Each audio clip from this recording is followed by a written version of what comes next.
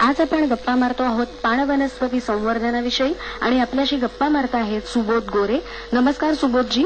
नमस्कार. कार्यक्रमामध्ये तुमचं पुन्हा एकदा स्वागत करते. धन्यवाद. आणि श्रोत्यांना सगळ्यात पहिल्यांदा आपण असं सांगूया की ॲक्वेटिक प्लांट किंवा पाणवनस्पती संवर्धन म्हणजे नेमकं काय हो? ॲक्वेटिक प्लांट्स म्हणजे असं आहे की आपण नॉर्मली जी झाडं लावतो की शोभेची हौस असते. बरं. आणि त्याच्यासाठी गुलाब लावतो, शेवंती लावतो आणि ही बहुतेकशी झाडं मातीच्या वर वाढतात, हवेतून कार्बन डायऑक्साईड घेत असतात. बरं. परंतु पाण वनस्पती आपण त्यांना म्हणतो की जी पाण्याच्या आतमध्ये किंवा पाण्याच्या सरफेसवर म्हणजे पृष्ठभागावर वाढतात. बरं. आणि पाण्याचं सानिध्य त्यांना नसेल तर ती मरून जातात. बरं. गुलाबाच्या कुंडीमध्ये जर पाणी साचलं तर गुलाब मरून जातो. बरोबर. पण इतर ही जी पाण वनस्पती आहेत तर ह्यांना जर पाणी मिळालं नाही तर ती मरून जातात. त्या पाण वनस्पती ज्या पाण्याच्या आत वाढतात किंवा अगदी सानिध्यात, मग पृष्ठभागावर असेल किंवा थोड्याशा पाण्यात असेल, असं त्यांना पाण वनस्पती म्हणता येईल.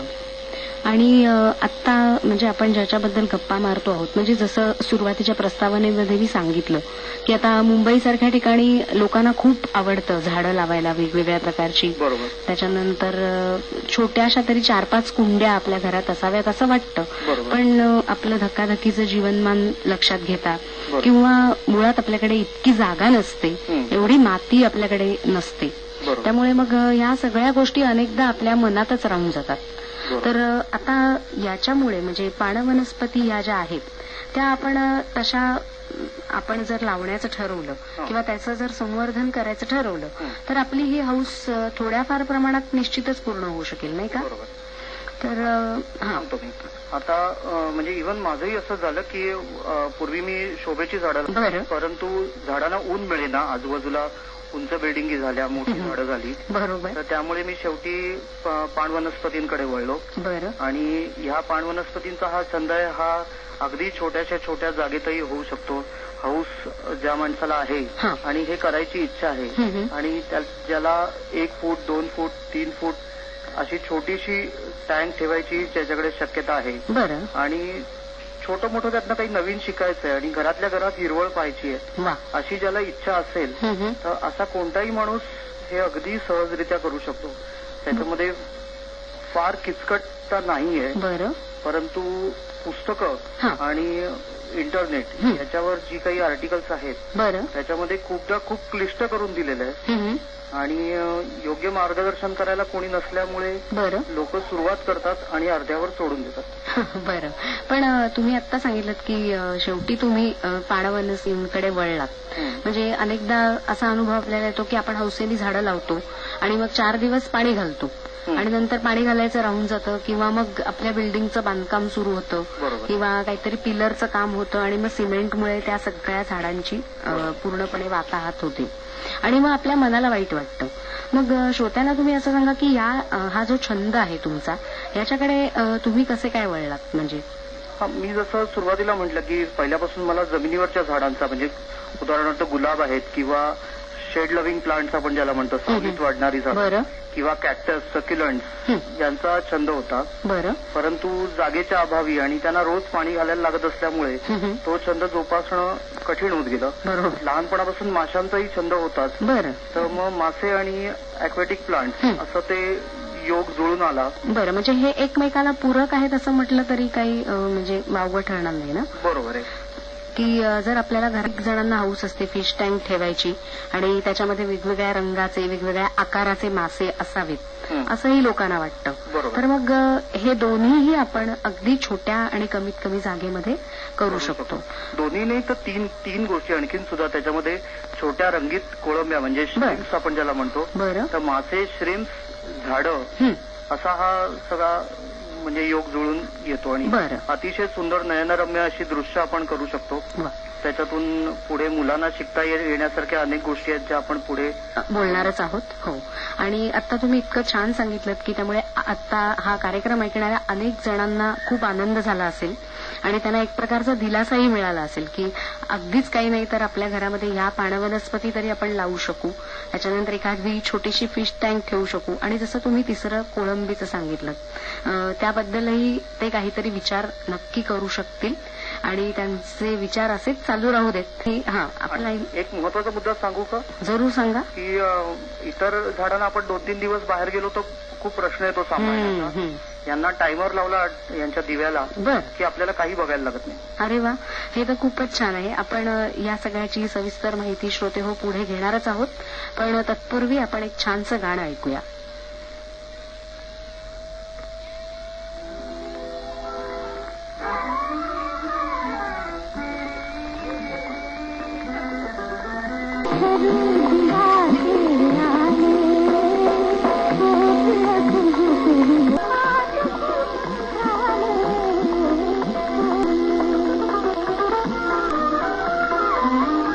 आपण ऐकत आहात संध्याकाळच्या गप्पा, आणि आजच्या कार्यक्रमात आपण गप्पा मारतो आहोत पाण वनस्पती संवर्धनाविषयी, आणि आपल्याशी गप्पा मारत आहेत सुबोध गोरे.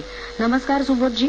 नमस्कार. आता जे गाणं आपण ऐकलं, कोकिळ कुहू कुहू बोले तू माझा तुझी मी झाले, तर ह्या कोकिळेला सुद्धा जेव्हा मोहोर येतो आंब्याला, वसंत ऋतूमध्ये झाडाची पालवी फुटलेली बघून कोकिळ पूजन करतो असं सर्वसाधारणपणे आपण म्हणतो.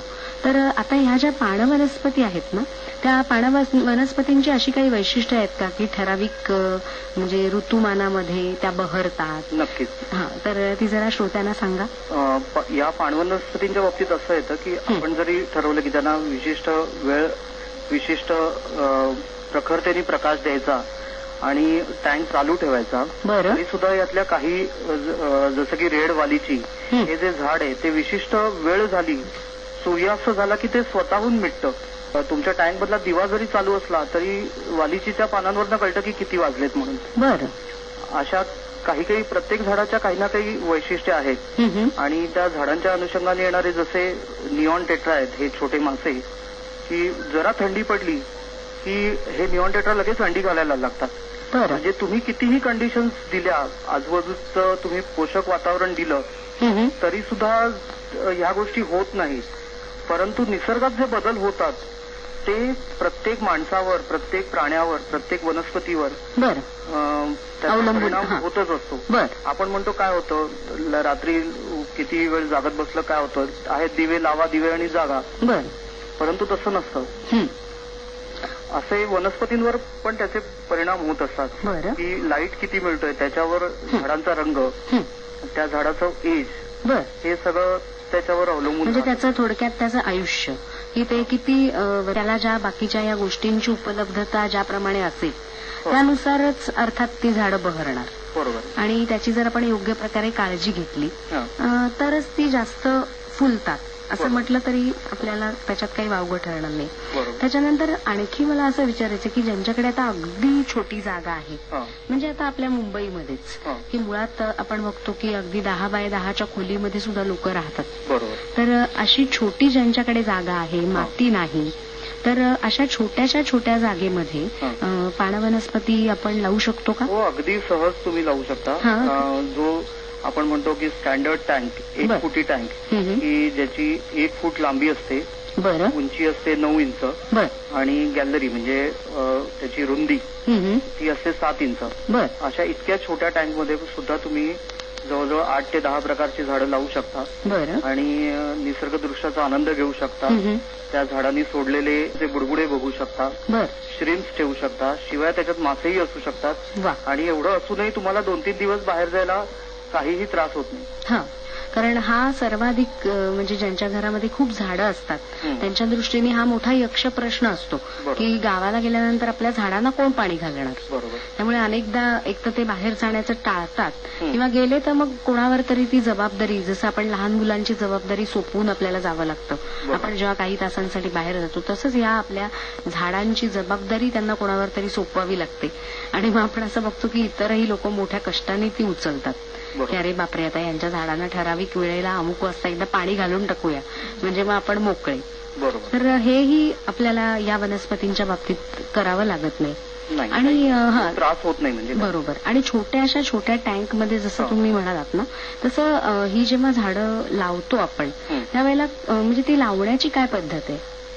साधारणतः एक गोष्ट येते ती म्हणजे की तुमचा टँक जो असेल तो एखाद्या न हलणाऱ्या कपाटावर किंवा फळीवर थर्माकोलच्या शीटवर ठेवायचा. टँकच्या खाली नेहमी थर्माकोलची छोटी शीट ठेवायची. बरं, का ती कशासाठी? की फळी जर थोडी तिरकी वगैरे असेल किंवा काही असेल तरी पाण्याच्या दाबाने टँक फुटत नाही. बरोबर. पाणी नेहमी समपातळीत राहत असतं. बरोबर. तर पाण्याच्या दाबाने टँक फुटू शकतो. तर त्यामुळे थर्माकोल असला की ते शॉक ऍब्झॉर्बर सारखं होतं आणि थर्माकोल तिथे दबला जातो आणि टँकला योग्य सपोर्ट मिळतो. तर थर्माकोलवर टँक ठेवायचा. त्याच्यावर साधारण 1.5 ते 2 इंच नदीतली रेती, म्हणजे आपल्या इथे म्हणजे महाडच्या आजूबाजूच्या ज्या नद्या आहेत बरोबर किंवा कोकणातल्या जांभ्या दगडाच्या म्हणजे लाल कातळ ज्याला आपण म्हणतो, नाही याच्या चिऱ्याच्या जे वहाळ किंवा परे आहेत तर त्यातली रेव म्हणजे साधारण 1 ते 2 मिलीमीटर रेतीचे तुकडे असे चाळून घेतले आणि त्याचा 1.5 ते 2 इंच थर घातला तर तुम्हाला परदेशी लोक जी माती विकतात की 150 रुपये किलो वगैरे वगैरे ती न घेताही तुमचं काम होऊ शकतं. अच्छा, म्हणजे नदीतली ज्याला आपण अशी वाळू म्हणतो किंवा रेती ती आणून त्याचा आधी थर ती व्यवस्थित धुवून ती साधारण त्याचा 1 इंच थर द्यायचा. त्याच्यावर थोडा गांडूळ खताचा थर द्यायचा. बरं. त्याच्यावर परत एखाद 1.5 इंचाचा थर द्यायचा. बरं, हे गांडूळ खत कुठे मिळतं? हे साधारणतः सगळ्या नर्सरीची जी दुकान अच्छा तिथे मिळतं का? बरोबर, ह्याच्यात मिळून जातं. हो, हे आपण कारण इतकं सविस्तर का सांगतोय श्रोत्यांना की जे आपले श्रोते ऐकून हे करण्यासाठी इच्छुक आहेत त्यांना याचा नक्की फायदा होईल आणि त्यांना ते करून बघता येईल ना, म्हणून तुम्हाला मी मुद्दाम विचारलं की हे कुठे मिळतं. त्याच्यानंतर साधारण 3 ते 4 इंच पाणी भरायचं टँकमध्ये. बरं. रेतीत असेल तर विशेष पाणी गढूळ होणार नाही. आणि पाणी भरताना सुद्धा रेतीवर न्यूजपेपरचा तुकडा ठेवायचा. बरं. म्हणजे मग पाणी गढूळ होत नाही. त्याच्यानंतर 2 ते 3 प्रकारच्या झाडांनी सुरुवात करावी. जसं की हायग्रोफिलिया आहे. बरं. किंवा छोटी अमेझॉन्स येतात, मिनिएचर अमेझॉन. बरं. किंवा सॅगेटेरिया येतं. नंतर टेप ग्रास येतं. अशा जी सुरुवातीच्या लोकांनी लावावीत म्हणजे ज्यांनी केली आहे अशी इझी झाडं जी आहेत त्यातल्या 1-3-4 व्हरायटीनी सुरुवात करावी. म्हणजे जसं आपल्या म्हणजे नवीन पाककृती शिकणाऱ्या ज्या मुली असतात त्या आधी छोटे छोटे सोपे सोपे पदार्थ करून बघतात आणि मग पुरणपोळीकडे वगैरे जातात. असं त्याप्रमाणे आपणही फार मोठा घाट न घालता आत्ता तुम्ही जी नावं सांगितलीत त्या पाणवनस्पतींनी आपण सुरुवात करू शकतो. आणि मग ती एका वेळेला 3ही आपण लावू शकतो. 3 ते 4 झाडं लावावीतच. झाडं व्यवस्थित गर्दीने लावलेली असली की टँकमध्ये शेवाळ येत नाही. झाडं जर कमी असतील तर शेवाळ येतं. आणि सांगता सांगता मी आता 3 ते 4 इंच पाणी भरावं सांगितलं होतं. बरोबर. ती झाडं लावून झाली की त्याच्यानंतर परत वरचं पाणी वरतून साधारण 1 इंच कमी असेल एवढं पाणी भरून झालं की आपला मूळ तयारी झाली. त्याच्यानंतर स्पंज फिल्टर म्हणून एक येतो, तो सर्व माशांच्या दुकानात मिळतो. तो साधारण आपल्या छोट्या याच्यावर म्हणजे मुठ्ठीपेक्षा सुद्धा थोडा छोटाच एक स्पंजचा तुकडा असतो. आणि त्याला ऑक्सिजन पंप जोडलेला असतो. तर तो स्पंज फिल्टर त्याच्यात लावून तो चालू करून एखादा दिवस ठेवून द्यावं. आणखी याच्यात पुढे आपल्याला कार्बन डायऑक्साईड प्रोव्हाइड करायचा आहे. वेळ असेल तर मी ती कृती आता जरूर सांगा, कारण त्याच्याशिवाय म्हणजे कशी त्याची वाढ सुरू होईल हे कळणार नाही ना श्रोत्यांना. जरूर सांगा. आता ह्या झाडांना आपण गोष्टी प्रोव्हाइड केल्या. बरोबर. आता पाण्यामध्ये जो कार्बन डायऑक्साईड असतो तर तो पुरेसा नसतो एवढ्या झाडांच्या वाढीसाठी. आपण अगदी दाटीवाटीने झाडं लावणार असतो. तर त्यामुळे जसं ग्रीन हाऊसेसमध्ये कार्बन डायऑक्साईड झाडांना प्रोव्हाइड करतात. बरोबर. तर तसाच आपणही एका साध्या पाण्याच्या बाटलीमध्ये यीस्टचे एक 8-10 गोळे, नंतर अर्धी वाटी साखर आणि अर्धा लिटर पाणी असं जर एकत्र करून ठेवून दिलं तर साधारण 5 ते 6 तासानंतर त्याच्यातून कार्बन डायऑक्साईडचे बुडबुडे यायला लागतात. हे बुडबुडे आपण एका नळीमार्फत टँकमध्ये सोडायचे की त्या झाडांना श्वसनासाठी अधिक वायू मिळतो. कारण श्वसन जास्ती चांगलं होतं, वेगाने होतं. जसं आपण प्राणायाम केल्यानंतर आपल्याला ऑक्सिजन चांगला मिळतो. बरोबर. तसं झाडांना कार्बन डायऑक्साईड चांगला मिळाल्यामुळे त्यांची वाढ झपाट्याने होते आणि अगदी ती सशक्त राहतात. आणि कोणतेही रोगही येत नाही. बरोबर. याला फक्त थोडा थांबायला पाहिजे की एक साधारण आठवडाभर निदान 5 ते 6 दिवस तरी कमीत कमी जायला पाहिजे. बरं बरं. आणि हे जे आता तुम्ही इतकं छान सविस्तर सांगितलं श्रोत्यांना, तर ही सगळी आपली जी मांडणी आहे ती करण्यासाठी म्हणजे जमवाजमव आणि तो पंप वगैरे आणायचा, ह्याला अंदाजे किती खर्च येतो? हे अगदी जास्तीत जास्त म्हणजे अगदी जास्तीत जास्त रेती तुम्ही जर विकतची न घेता स्वतः मिळवलेली असेल तर 1000 ते 1200 रुपयाच्या आतच होऊन जाते. हे तिन्ही म्हणजे ही तिन्ही चारी म्हणजे टँक, शेड, त्याच्यावरच एक साधारण 11 वॅट किंवा 15 वॅटचा PLL लॅम्प. CFL शक्यतो लावू नये. बरोबर. PLL लॅम्प लावावा. बरं. म्हणजे हे सगळं 1000 रुपयापर्यंत 1000 ते 1200 रुपयापर्यंत हे म्हणजे याच्यात तुम्ही जर शेड स्वतःच पुठ्याची केली तर शेडचाही खर्च वाचतो. बरोबर. असं एक मित्राकडनं कोणाकडनं ओळखीच्यांकडनं झाडं घेतली तर तोही खर्च वाचतो. म्हणजे असं त्यात डिपेंड्स. पण तुम्ही सगळ्याच गोष्टी विकत आणल्यात तर 1200 रुपयापर्यंत होऊ शकतो. म्हणजे अगदी सगळंच आपण असं धरून चालूया की नवीनच अगदी करायचं असेल कोणाला तरी 1200 रुपयापर्यंतच हा खर्च आहे. हा 1 फुटी टँकचा. 1 फुटी टँकचा. पण त्याच्यात सुद्धा इतक्या 3 व्हरायटी त्यांना मिळू शकतात ना, जे तुम्ही सांगितलं 3 ते 4 प्रकारची झाडं त्याच्यामध्ये येणार. पाणवनस्पती नाही, आपण नंतर आणखीन पण जास्ती लावू शकतो. बरोबर. पण सुरुवातीला अगदी लावू शकतो. पण सुरुवातीला 3 ते 4. मग त्याचा सुद्धा खर्च 1000च्या घरात आहे म्हणजे काही विशेष नाही. म्हणजे ते सगळं 1200 रुपयामध्ये होऊन जातं. तर याविषयी आपण आणखी गप्पा मारणारच आहोत छोटे हो. पण आता मध्ये आपण एक गाणं ऐकूया.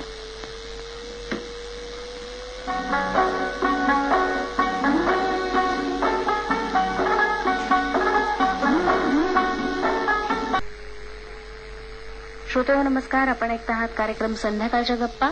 आज आपण गप्पा मारतो आहोत पाणवनस्पती संवर्धनाविषयी आणि आपल्याशी गप्पा मारत आहेत सुबोध गोरे. नमस्कार सुबोधजी. नमस्कार. सुबोधजी, पुढचा प्रश्न मी तुम्हाला विचारणारच आहे आपल्या कार्यक्रमातला पाणवनस्पतींच्या संदर्भातला. पण त्याच्या आधी थोडंसं तुम्हाला एक विचारायचंय मला की तुम्ही व्यवसायाने LIC एजंट आहात, तर म्हणजे हे LIC एजंट आणि पाणवनस्पती संवर्धन काही एकमेकांचा धागा काही जुळतोय का हो? बरेच जणांना हा प्रश्न पडतो. पण LICचं जे ब्रीदवाक्य आहे योगक्षेमम वहाम्यम, बरं, याचा अर्थ आहे की सगळ्यांचंच योगक्षेम याच्यात चिंतलेलं आहे. बरं. तर नुसतं पॉलिसीज काढणं हेच फक्त एजंटचं कर्तव्य नाहीये. अरे वा. तर सगळ्यांचं सगळं नीट होईल. वा. सर्वांचं भलं हे सुद्धा एजंटचं म्हणजे कर्तव्यच आहे. अगदी बरोबर आहे. त्यामुळे काही फार अंतर नाहीये. अरे वा, फारच छान. आणि आता आपल्या पुढच्या प्रश्नाकडे जाऊया.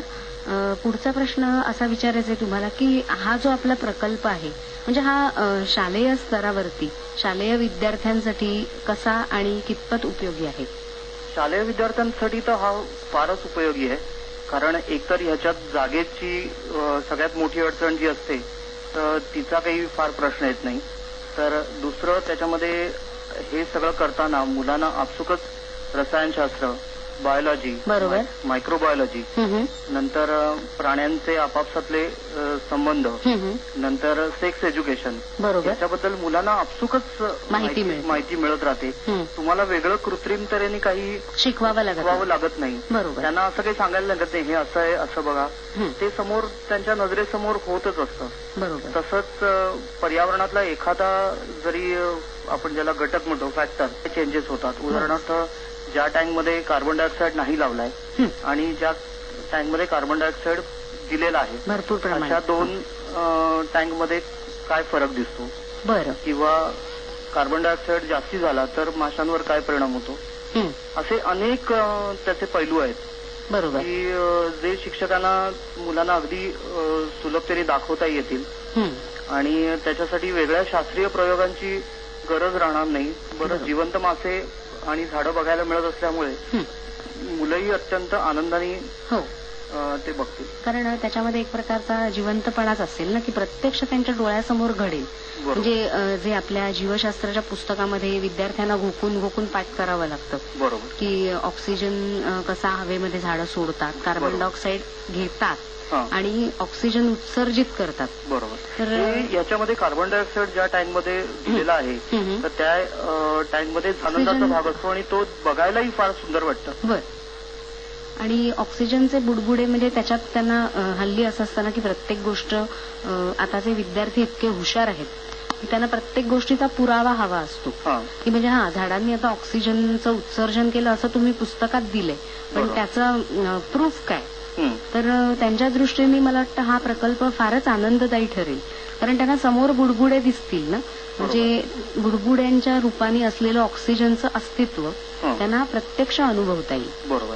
आणि शिवाय लाईट म्हणजे प्रकाश आपण म्हणतो प्रकाशावर आपलं सगळं जग अवलंबून आहे. अगदी सूर्य उगवलाच नाही तर तसं टँकमध्ये एक आठवडा लाईटच लावला नाही तर हे आपण मुलांना दाखवू शकतो. प्रकाशाचा आणि शेवाळ्याचा काय संबंध आहे, प्रकाशाचा आणि झाडांच्या वाढीचा काय संबंध आहे, प्रकाशाचा आणि माशांचा काय संबंध आहे, हे सगळं त्याच्यातून आपसुकच त्यांना सायन्स एज्युकेशन बरोबर. म्हणजे जी संपूर्ण साखळी जीवशास्त्राच्या पुस्तकामध्ये दिली हे सगळं त्याच्यातून आपसुकच त्यांना सायन्स एज्युकेशन बरोबर. म्हणजे जी संपूर्ण साखळी जीवशास्त्राच्या पुस्तकामध्ये दिलेली असते की हरितद्रव्याचे घटक कुठले, मग सूर्यप्रकाश, मग छोटे मोठे प्राणी कसे पर्यायाने एकमेकांवर अवलंबून असतात आणि पूर्ण त्यांचं जे चक्र असतं ते निसर्ग चक्र त्यांचं जीवनचक्र कशा प्रकारे चालतं तर हे त्यांना वेगळं पाठांतराची मला वाटतं गरज उरणारच नाही कारण समोरच त्यांना ते दिसेल.